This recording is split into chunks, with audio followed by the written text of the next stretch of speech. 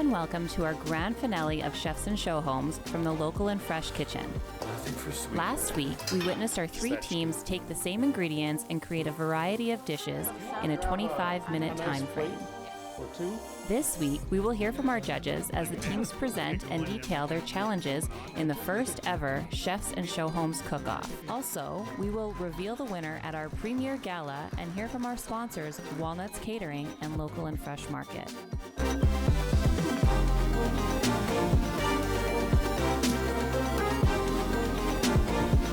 Chefs, so we've prepared for you today a jalapeno mustard crusted snow beef with a sea buckthorn and Prairie cherry reduction, tomato, feta, dill panzanella salad, and wilted greens with eggplant and crispy garlic. And then on the bottom we have a morel and pea love. Love it. Yeah.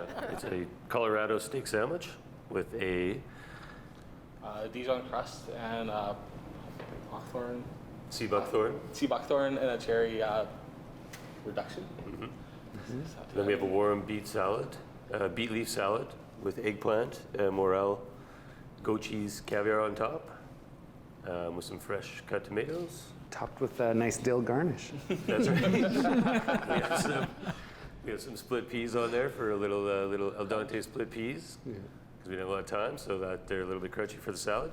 So give a little bit of texture. Sea buckthorn, don't eat the seeds, but they're on there for garnish and a little more acidity, a little more bite to it, so tartness. How did you like working with the snow beef? Is that the first time you worked with it? I've worked with it before. It was fine. It cooked up nice. It's really soft and tender. Yeah, I've worked with it a lot. Yeah. Friends with Good cut of beef. I don't even think you need a knife, really. It's just your tongue. Yeah. That's right. Cut it with your tongue. It's that soft. So that's snow beef. Ian Crosby. Right on. So we were presented obviously with a few different ingredients. On the bottom of the plate, we've done a beet green, goat cheese, and split pea puree. We used a bit of the onion and garlic as well in there, and we would have loved some stock, but we used some fantastic Regina water just to help balance it out. We seared our eggplant quite lightly, toasted the bread, cut it down into breadcrumbs, and then seared that quickly on top just to give you kind of a toasted, almost like an eggplant parmigiana beside it, but missing a few of the ingredients obviously. We then took the sea buckthorn berries, a little bit of the onion, tomato, the jalapeno mustard, and the cherry juice, and made a quick relish for the top of the steak. And we were looking at rehydrating the morels, but obviously with 25 minutes, it takes about 5 minutes of your time crunch to get going with those. So we just chopped them down to a super fine dust and dusted them on the outside of the Colorado steak to accent the beef. Obviously beef and mushroom go fantastic together. Finished it with just a little sprinkle of the goat cheese on top to kind of melt over top. Salt and pepper, and we kept the steak to like a rare. I find with Colorado, obviously it can be a bit of a tougher cut to begin with. The South snow beef is obviously incredibly fat laden too, so this way you're going to get a real texture, flavor, mouthfeel, I think, on the beef, as well as going to be nice and tender still. Oh, pardon me, and the fresh dill is not only as a garnish on the plate, it's incorporated into the puree as well. Hey guys, I'm Stan with Dutch King Construction. Today I'd like to give you guys some tips if you're considering building a deck. First things first, make sure you get a city permit. And then second tip to go into, if you're building your deck, what type of foundation are you building your deck upon? Think about screw piles, think about concrete piles, think about adjustable blocks. Then if we move a little bit up into the framework or the structure of the deck, I prefer to use pressure treated 2x10 on all my decks. It just gives a very sturdy feel on the finished product. And you'll be able to load up your deck with family and friends on a hot summer night and make sure that everyone feels very comfortable and safe on a very sturdy deck. Don't forget about your finishing materials. There are lots of options to choose from, like composite or different types of wood. Also keep in mind your budget and how much upkeep you're willing to do over the next years. We went with cedar here and ran it throughout the privacy panels for a cozy feel. I'm Stan from Dutch King Construction. So I'm back with Tim Schultz, and we're in the local market, and I just want to get a little bit more of an idea of what all of that entails, because there's quite a bit going on here. Mm-hmm. Yeah, so we're standing in the local food hall, which is part of local market. So essentially, local market encompasses the local and fresh grocery store, local food hall, and an event center. So here in the local food hall, this is a place built for community. It's essentially like, the best way to describe it is an artisan food court style concept. We bring in rotating chefs through the kitchen, different chefs on different days, showcasing the talents of all the mini chefs here in Saskatchewan, utilizing local ingredients. This room is also a private event venue. So after 3 o'clock, the room flips over into a private event venue. So it's available for rent for parties, anniversary parties, wedding ceremonies. Essentially, a chef can book just one lunch service at a time, or they could book several days in a row, maybe one day a week. It's an opportunity for them to showcase, to have a platform to serve to the public, or say for a restaurant to be able to come in and to promote their restaurant in a different, to a different marketplace. Yeah, I really love that concept. I think that's fantastic. The website will be the place where you can go find out more about each room and the different opportunities that exist, different events that are already booked that might be open to the public, but then that's a place where you can contact us. Fantastic. All right, well, make sure you go and check out that website and come and view the space and come go grocery shopping here. So thanks so much, Tim, for having us. We really appreciate it. And how did you feel with the ingredient list, though? The nice selection to work with? You used a lot of ingredients. The eggplant, I was like, what am I going to do with it? And then kind of popped in that I can just add it to the wilted greens. Maybe a little acid, but we made it work anyways. So it was fun. It was a good basket. He yelled at us. No. Swore at us already. He was very kind to us. That's old school, yeah. I'm way beyond that. In 20 minutes, that's quite a lot of food that you put out, and it's like a buffet, man. It's like so many things. And it is an absolute joy to see total 3 people who have never worked together, and it was fun for me to enjoy it on the TV. Yeah. Nice. Excellent. Yeah. Thank you, Chef. Yeah, thank you. No, I agree with Milton. That's a ton of food in 20 minutes, and using every ingredient. I think you guys said. Yep. That's awesome. You know, I love the steak, actually. It's a perfect cook for me. I like my steak a little bit more on the rare side, but I really enjoyed that sauce that you put over top. You know, I really enjoy sea buckthorn because it's so sour that it helps with the fattiness of the steak. I think it was a great counterpoint to it. And the greens I could eat those all day. I think they were perfect. Exactly, reiterate that. I mean, the steak can stand alone on its own, but you did just enough to not overpower whatever flavor it has to offer, as well as just adding a bit of that tartness to it that really sets off the flavors for it. The richness of the steak, and then complements with the other dishes worked well with it. So it really got an overall good flavor. Awesome. Thank you. Thank you. Well done, Team One. Thank you, guys. Thanks, guys. Thanks for Thank your you. time today. Yeah, thank you. How do you guys feel about working together? You guys were like the most silent team. Oh, it was horrible. Like, head down and go. The worst. I was about to start being like, hey, he said this, just to get you guys going a little. Yeah, no, it was great. I worked with Mikhail years ago in the 90s in the kitchen at an old bar, so it was fun to get back in the kitchen with him. And Joel and I have a history as well, so we do. it's easy. I don't know. We're silent together. We've been people for so long. It's Strong silent easier. types. Yeah. Well, definitely worked well together. Presented a very nice dish. It's got some nice factors, variants of flavors, which I'm excited to try and taste. And yeah, very well presented. Thank you. Thank you. I think we use It's every like a ingredient. restaurant We meal. did use every ingredient. Thank you. Very good. How's my beard look? Nothing in there? You have like a couple peas just right It's down. like just hanging out. You know, I think the dish overall, I think for me, was awesomely presented. You know, I think it looked really good when you put it down. You know, really made me want to dive into it. That steak is unreal. It's cooked to perfection. You know, I think the goat cheese and the eggplant and the morel kind of caviar that you guys got rocking there, I think it really plays nice with the beet leaves because it's the bitterness comes out, but then you get the nice saltiness from there. Overall, I think great job. I think it would have been nice to maybe see something a little bit more with the tomatoes, but overall, I think it was a really good dish, guys. It was awesome. I did feel it like a nice restaurant meal, which I would order again. And yeah, I love the eggplant and how you put it together. Yeah, well done. Thank you. In particular with the steak preparation, that was perfectly done. I loved the again, the presentation of it. It was really well placed. and keeping the flavors together with the caviar tastes on the warm salad. I thought that was really well put together and well-rounded flavor with it. Now, I agree with Josh on that on the tomatoes. Tomatoes stand great on themselves, but I think there could have been even just a small marination with it or something. But you did have a wide variety of flavors, so it did actually complement the dish very well. So I thought it was a great dish. What do you guys think about working together in the kitchen? You guys, so far out of all the teams, the most talkative team. It was awesome to see. Right, it was like you guys came together, and then it was like, bam, let's get going, and everybody kind of knew what was going on. What did it feel like to be in the kitchen?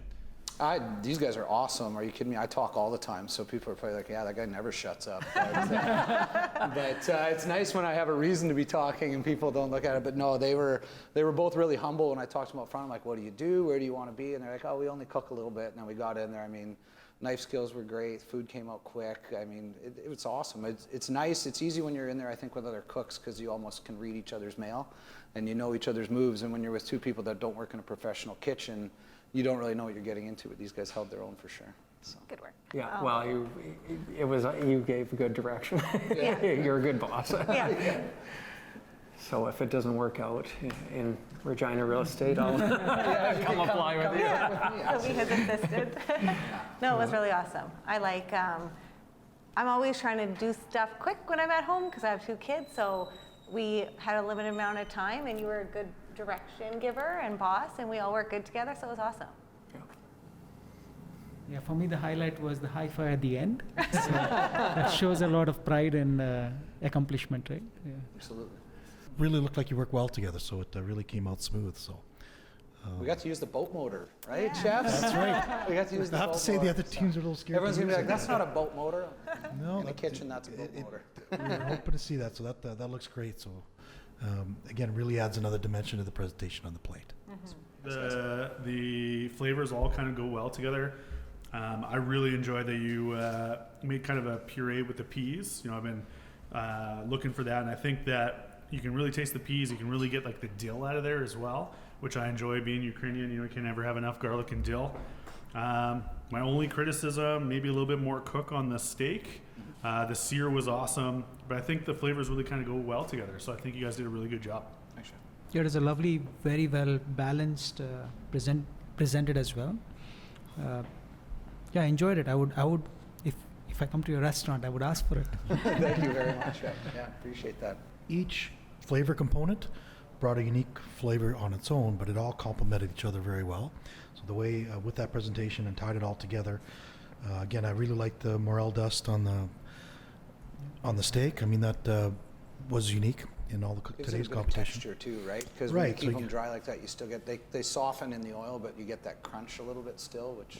Right. So it really, again, worked well with that, and the eggplant was nicely done, and loved the crunchiness. I'm a fan of multiple textures and flavors on a dish. Of course, the flavors worked well, but to see like the soft and the sauce and the crunchy, and the flavorful components of the steak too. I mean, it all worked well together. It was a great dish. Thanks, Chef. And more than anything, I loved the chemistry in the kitchen.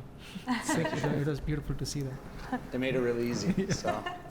Yeah, and I think Milton was kind of talking about before was when you guys were done, you could tell even when you were bringing your dishes out, like you could tell you guys were proud of finishing it. Milton really commented on how he saw that when you guys were coming out, and I would agree. I think you can taste how much you guys actually enjoyed being in there and liked cooking and like the environment and how the chemistry went. I think it really kind of shows on your plate for sure. That actually parlays me. I think it's missing a lot of times in food these days, and I tell my kitchen guys the same thing. It's like the ingredient that everyone forgets, like at the end, is that spice of love and passion. And if you're not like really stoked about that dish or really like whoever you're cooking for or anything in life, like if you don't approach things in your life, you're right, with that kind of a passion, you won't see the same success, I think. I think that's definitely, we're talking with these two amazing chefs that when you cook, it's you, it's everybody you've ever cooked for, it's anybody that's taught you how to cook, and talking to these guys, you can taste it in this dish for sure.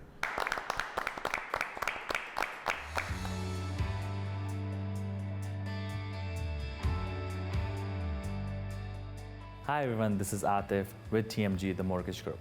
Today we're going to talk about getting a mortgage pre-approval.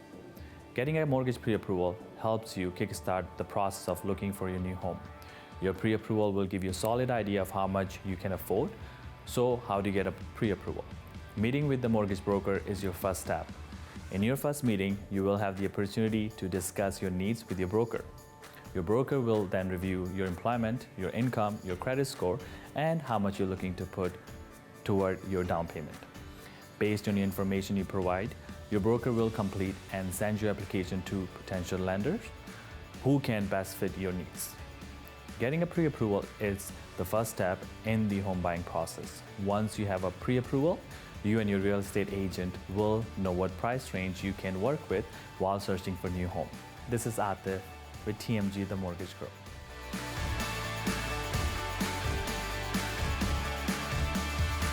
With that tenderloin, when it comes, it needs to be salted and rubbed. Yeah, I know. For at least 24 hours. I totally agree with you. My name is Lori Wall, and I'm talking about Walnuts, the company they've owned for 17 years.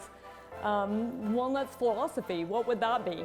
You know, we talked about that a little bit just recently and sort of came to the conclusion that the philosophy that we have at work is push it.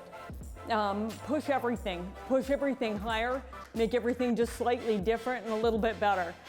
We push ourselves to, you know, bring everything up just a notch. So we want to add buffalo to the menu. We don't just go out and locally source buffalo. We go out and we source, a farmer that's raising buffalo. We go out, we participate in the slaughter, the fabrication, the gutting, the skinning, different types of meat. We bring that back to the shop because that makes us feel like we've pushed things a little bit farther. We don't just buy locally sourced vegetables. You know, we go to farms, we talk to the farmers there, we grow things ourselves because that's just pushing things a little bit farther. The food that we're producing, especially here tonight, you know, we're just trying to push the bar and find things that are different and more all the time. You know, pushing our clients in different directions as well. You know, we come from a meat and potatoes sort of part of the country, but that's okay, you know, but just pushing it to be better, pushing some different types of cuts people aren't, you know, usually aware of, pushing a different way to prepare potatoes or vegetables, pushing every event just to be a little bit different. I'm lucky enough that I've been able to travel a lot in my life, and I just push things constantly. I go and source things, see things. It excites us so much, and bring that back to the shop and bring that back to the people of Regina or Saskatchewan. Luckily, you know, there's a lot of people that have the same sort of integrity and values as we do. Like Local and Fresh, the venue that we're in tonight, it's so exciting for us to be a part of that. Tim's pushed this venue. He's pushed it and he's made it better. Every day he's doing something really cool, and when we cater here, we're like, yes, we're catering at Local and Fresh, because he's doing things nobody else is doing in town. And it's not a square box, you know, and it's just a beautiful, beautiful space. People that hire us know that that's what we're all about. Doing something a little bit different, something a little bit outside the box, but that's why we're popular. It's just not the same cookie cutter experience that you're going to get just anywhere. I'm lucky enough to have such a fabulous team that's got my back and that gives me a ton of input. Destiny, Ginger, and Liz back at the shop, they're absolutely fabulous, and they push me every day. They push me, to dance a little bit more, to sing in the kitchen a little bit more, to embrace what we've got and grow it. We're a small company, but we're pushing ourselves to be bigger all the time, and I just think that's so fun. I think at the end of the day, that's what it's all about. Just have a good time, push yourself to be the best that you can. And remember last year we did the seafood dinner? Yeah. Okay, yeah. So this year I thought we'd do wild game.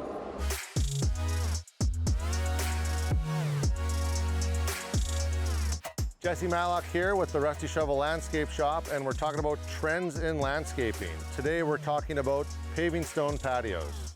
When doing a paving stone patio, you really want to use the paving stone to your advantage, and you can do that by doing things like using the color contrast to your advantage. For instance, with color blocking, we can take a dark border stone with a lighter inset stone and then go to a dark again to make all that stone stand out.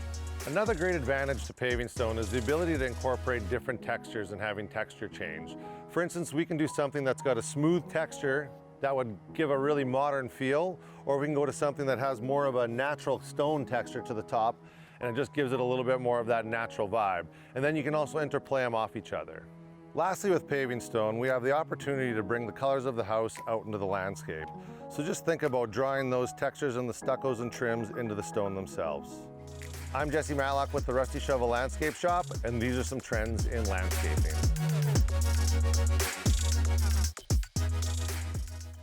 So welcome, guys, and thank you so much for being here today. This is really exciting. Thanks for having us. Yeah, so now you've all been involved in cooking competitions at some point, right? So what has your experience been, and how excited are you to be a part of this? I found it interesting. I've been in both individual competitions or cooking as a group, as they did today, and they both have their special traits, but it was a really good, well put together competition today, so good to see the interactions between all three different teams that were all completely different. I enjoyed the experience. It was beautiful.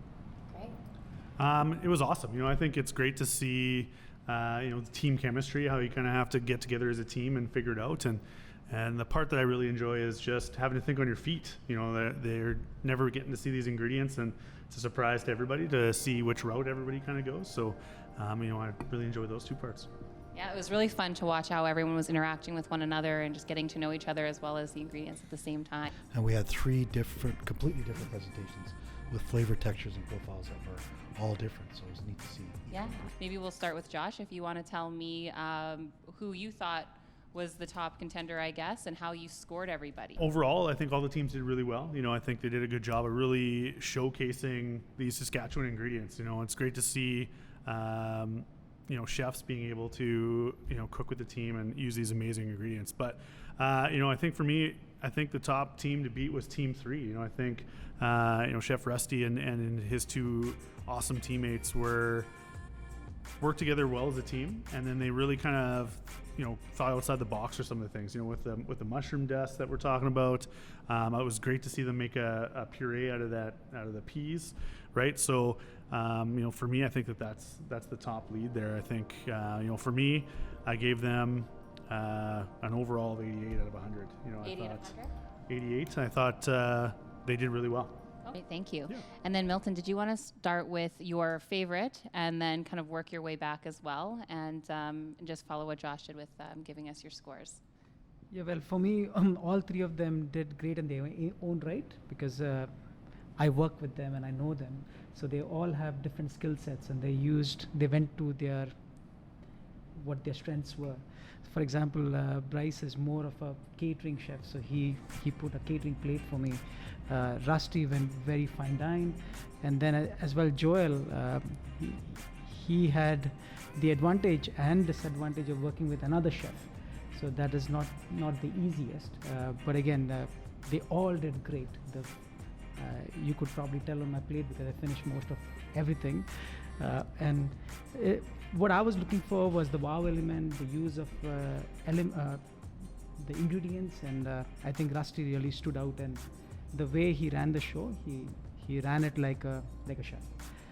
The other guys were all teammates. They had, but again, it's all about the chef getting there and identifying whether he's going to take,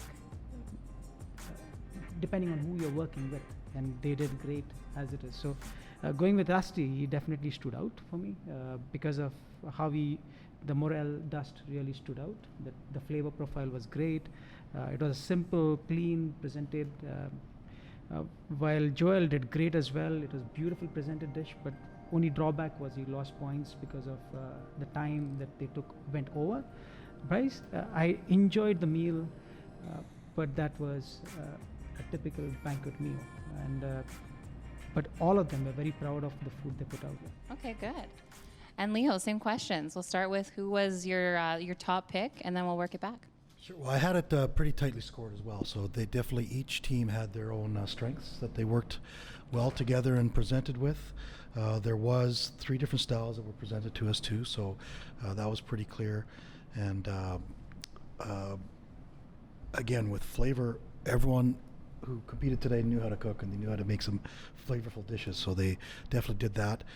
Differences for me were, again, some plating styles. So there was a visual taste that you have when you first see your plate, and that was pretty clear with Rusty's dish. Joel was right there as well. The only thing that held him back, as Milton said, there was a time factor that delayed that. And we definitely had a great flavor and kind of a comfort feel with Bryce's dish. So there are definitely a lot of strengths with all three dishes. And again, I found it very tightly scored.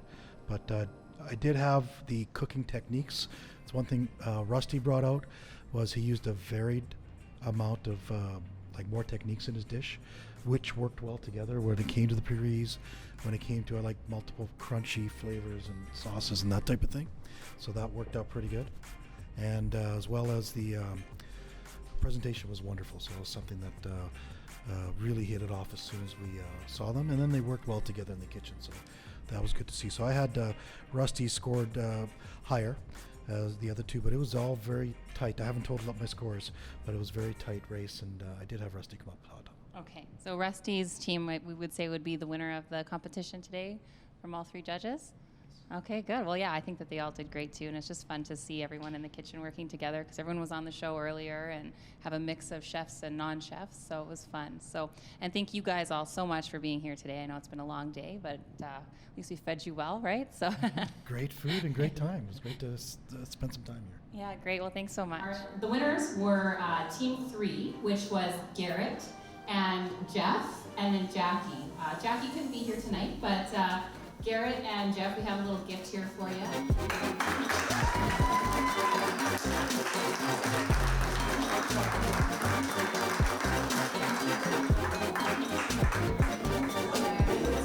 Thanks everybody for coming out. What a great environment. What a great show. For starters, I'm going to give out a lot of kudos here quickly. Kristen, all your hard work, dedication. It's been a few years since we started talking about the concept of the show, but what's come to fruition, the inclusion of community, and this is really about what Access Communications is about. It's about surrounding yourself with community, and from the builders to the chefs to the restaurants, this is all about Regina lifestyle, and it's really, really important that Access aligns itself with it. So on behalf of our board of directors, our managers, all our staff, all the hard work, dedication, and especially the sponsors that sponsored the show, thank you so much, because without your support, we couldn't make community television.